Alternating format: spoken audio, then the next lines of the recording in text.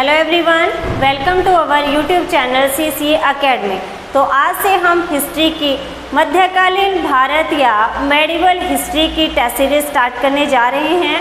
ये वाली जो सीरीज़ है कमिंग एग्ज़ाम के लिए बहुत इम्पोर्टेंट रहेगी।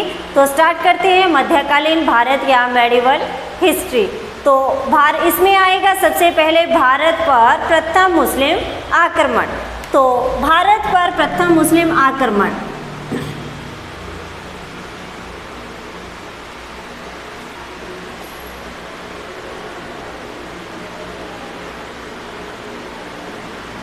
तो भारत पर प्रथम मुस्लिम आक्रमणों को भी 2 पार्ट्स में डिवाइड किया गया है। कौन कौन से पार्ट रहेंगे? एक तो आएगा अरब आक्रमण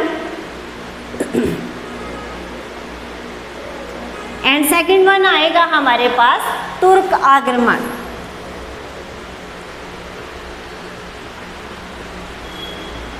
सबसे पहले किसने आक्रमण किया था भारत पर? तो अरबों ने एंड सेकंड वन किया था तुर्कों में। अब इनको भी आगे पार्ट्स में डिवाइड किया गया है। तो अरब आक्रमणकारी कौन था और तुर्क आक्रमणकारी कौन थे? तो अरब आक्रमणकारी था जिसने भारत पर प्रथम सफल आक्रमण किया था। तो उसका नाम है मोहम्मद बिन कासिम। मोहम्मद बिन कासिम, इसके द्वारा भारत पर प्रथम सफल आक्रमण किया था अरब के द्वारा। अरब से आया था अरब, मोहम्मद बिन कासिम। एंड सेकंड रहेगा तुर्क आक्रमणकारी। ये भी 2 पार्ट्स में डिवाइड किए गए हैं। इसमें सबसे पहले आएगा मोहम्मद गजनवी एंड सेकंड रहेगा हमारे पास मोहम्मद गौरी।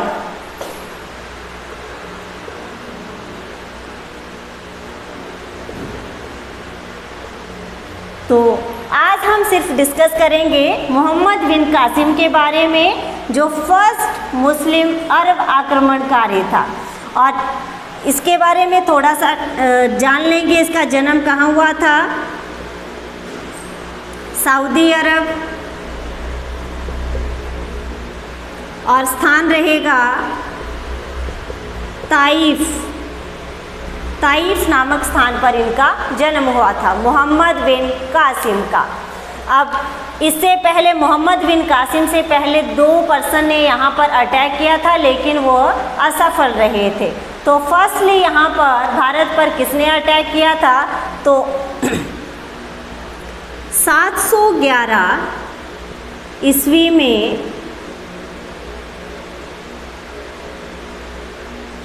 उबैदुल्ला 711 ईस्वी में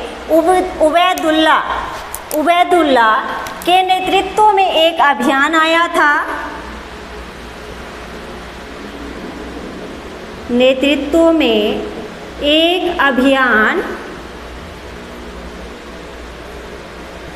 भारत आया था। अगर ऐसे पूछा जाए कि मोहम्मद बिन कासिम से पहले किसने किया था, तो ईयर रहेगा 711 ईस्वी में उबैदुल्ला के नेतृत्व में एक अभियान भारत आया, लेकिन वो आक्रमण किया उसने, लेकिन वो यहाँ पर असफल रहा या पराजित हुआ।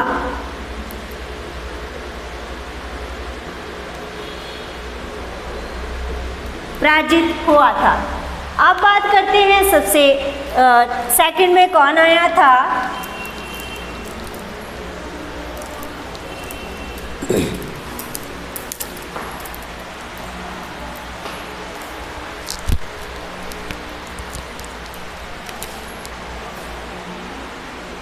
सेकंड अभियान बुंदेल, भारत के बुंदेल पर अटैक किया, लेकिन वो भी क्या रहा? असफल रहा। अब बात करते हैं थर्ड अभियान। अरबों का जो थर्ड अभियान था, थर्ड अभियान ये आया था 712 ईस्वी में। और यहाँ पर जो आक्रमणकारी था वो कौन था? तो मोहम्मद बिन कासिम। मोहम्मद बिन कासिम। इसने क्या किया था? इसने भारत के सिंध प्रांत पर आक्रमण किया था। सबसे पहले कहाँ किया था? तो सिंध प्रांत पर सफल आक्रमण भी किया और वहाँ पर सफलता भी प्राप्त की। अब बात करते हैं कि सिंध प्रांत उस टाइम सिंध प्रांत का शासक कौन था? तो यहाँ पर जो सिंध प्रांत का शासक था वो था राजा दाहिर। शासक था राजा दाहिर को इसने पराजित किया था।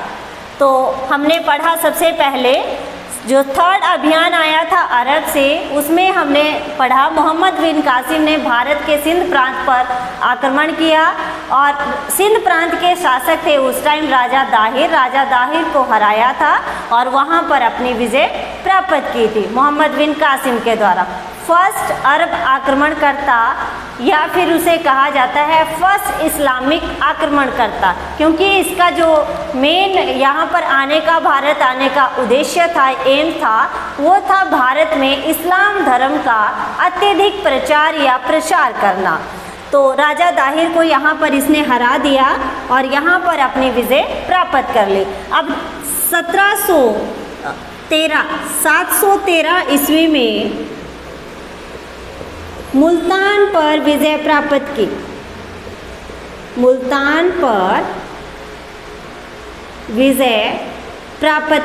किसके द्वारा?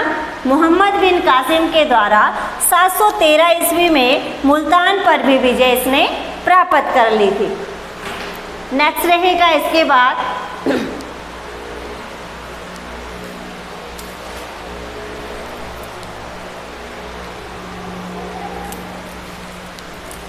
अब ध्यान देंगे इसके बाद इसका भारत आने का क्या उद्देश्य था।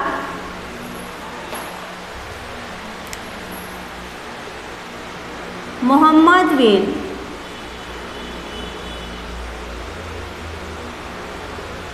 कासिम प्रथम इस्लामिक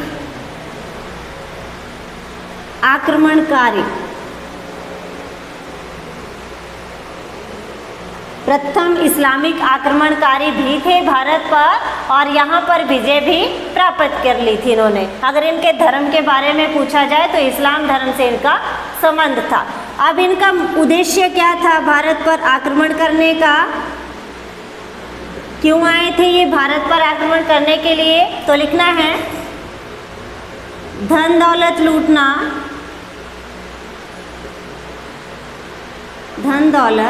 लूटना, क्योंकि भारत एक ऐसा देश था, समृद्ध देश था, तो यहाँ से धन दौलत लूटना। और सेकंड था इस्लाम धर्म का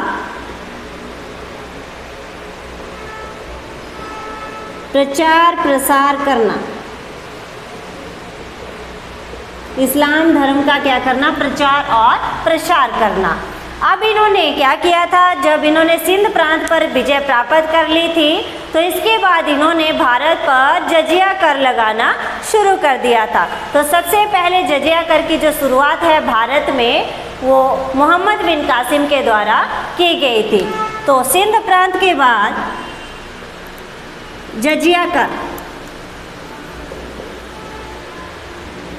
जजिया कर की शुरुआत मोहम्मद बिन कासिम के द्वारा। और कहाँ पर की थी? सबसे पहले तो सिंध प्रांत के देवल नामक जगह पर। सिंध प्रांत के देवल नामक जगह से इन्होंने किसकी? जजिया करके शुरुआत की थी भारत में।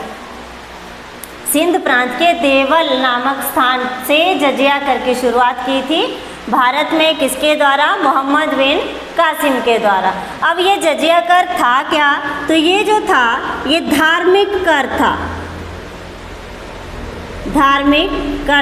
और ये किसके ऊपर लगाया जाता था? तो ये लगाया जाता था गैर मुस्लिमों के ऊपर। गैर मुस्लिमों के ऊपर। इसका मतलब ये हुआ कि भारत में जो थे वो सिर्फ मुस्लिमों को ही रहने की सबसे ज़्यादा इजाज़त थी इनके टाइम में, और जो यहाँ पर गैर मुस्लिम पाया गया उनके ऊपर धर्म को लेकर ये वाला जो कर था वो लगाया जाता था। अगर कोई अपने धर्म को मानना चाहते हैं, हिंदू हैं या कोई हमारे सिख हैं, अगर वो यहाँ पर रहना चाहते हैं और अलग धर्म की पूजा करना चाहते हैं, तब उन्हें ये जो कर था, ये जो टैक्स था, ये अदा करना पड़ता था। किसको? मोहम्मद बिन कासिम को। अब यहाँ पर बात आती है कि किन लोगों को इस कर में छूट थी या किन लोगों को के ऊपर ये वाला जो कर था ये फॉलो नहीं होता था। तो ध्यान देंगे, जो जजिया कर था वो किससे प्राप्त नहीं किया जाता था?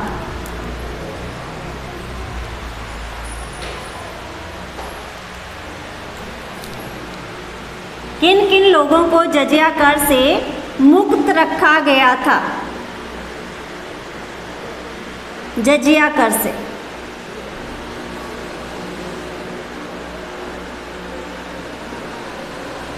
कौन कौन थे इसमें शामिल? तो यहाँ फर्स्ट रहेगा बच्चों के ऊपर, बच्चों पर भी नहीं लगाया जाता था और बूढ़ों के ऊपर भी नहीं था। थर्ड था महिलाओं के ऊपर भी नहीं था, और फोर्थ था हमारे पास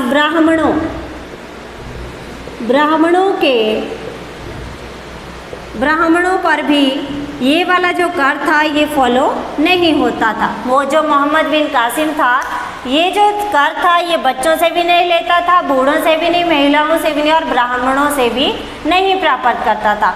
अब बात आती है कि ब्राह्मणों से जो जजिया कर था वो किसने लेना शुरू किया था?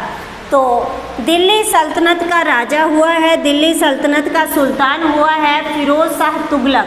तो फिरोज शाह तुगलक के द्वारा, फिरोज शाह तुगलक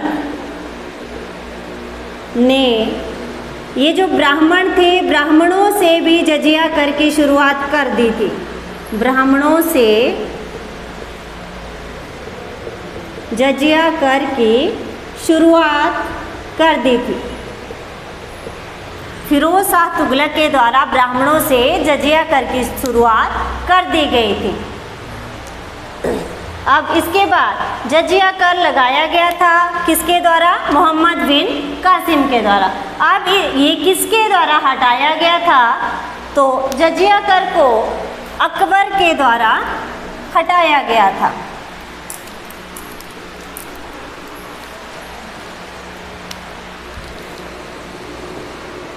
जजिया कर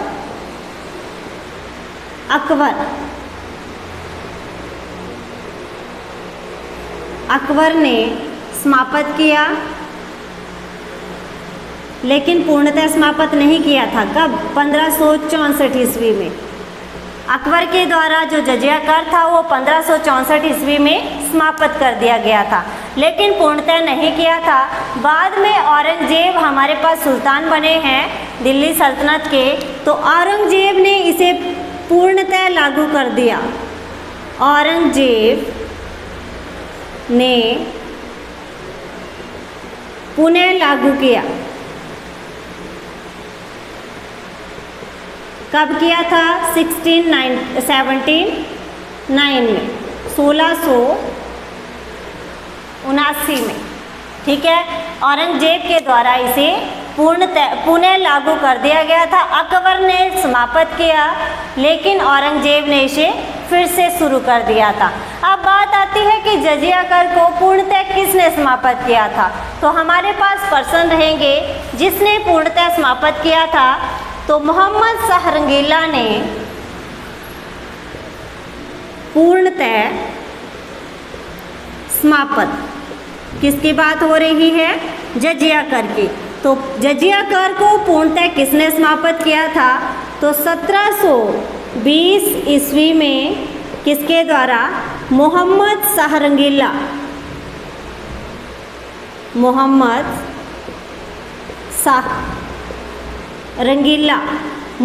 शाह रंगीला के द्वारा जो ये जो जजिया कर था इसे पूर्णतः समाप्त कर दिया गया था। कब किया था? 1720 ईस्वी में। ओके, अब नेक्स्ट देखेंगे कि अरबों के सिंध विजय के कारण क्या क्या थे। अरबों के सिंध विजय के कारण, क्यों वह सिंध प्रांत पर विजय प्राप्त करना चाहते थे?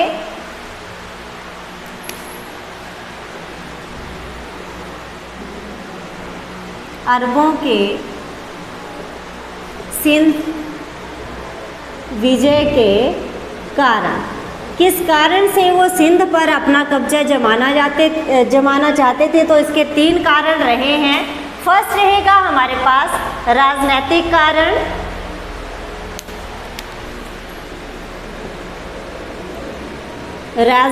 कारण, सेकंड रहेगा हमारे पास आर्थिक कारण,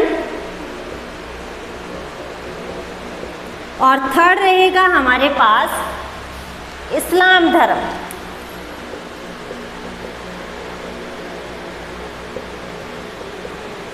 अब बात आती है राजनीतिक कारण कि अरबों का क्या राजनीतिक कारण था कि सिंध विजय को प्राप्त किया जाए? तो इसमें था, उनका मुख्य था मुस्लिम राज्य का विस्तार, मुस्लिम राज्य का विस्तार करना, अपने एरिया को बढ़ाना, राज्य को बढ़ाना, ये था इनका राजनीतिक कारण, अपने क्षेत्र को बढ़ावा देना। आर्थिक कारण था, उनको पता था कि भारत एक समृद्ध देश है, यहाँ से धन दौलत लूटना, समृद्ध देश से धन दौलत लूटना। एंड थर्ड है इस्लाम धर्म, तो पूरे इसमें इस्लाम धर्म का प्रचार व प्रसार करना, इस्लाम धर्म का प्रचार व प्रसार करना,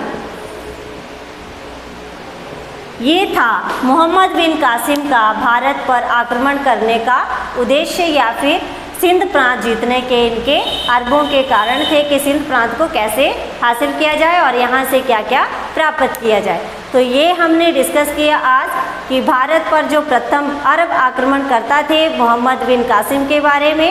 नेक्स्ट जो सीरीज़ होगी उसमें हम बात करेंगे तुर्क आक्रमण, जिसमें मोहम्मद गजनवी और मोहम्मद गौरी के बारे में डिटेल से डिस्कस करेंगे। तो वीडियो देखने के लिए धन्यवाद।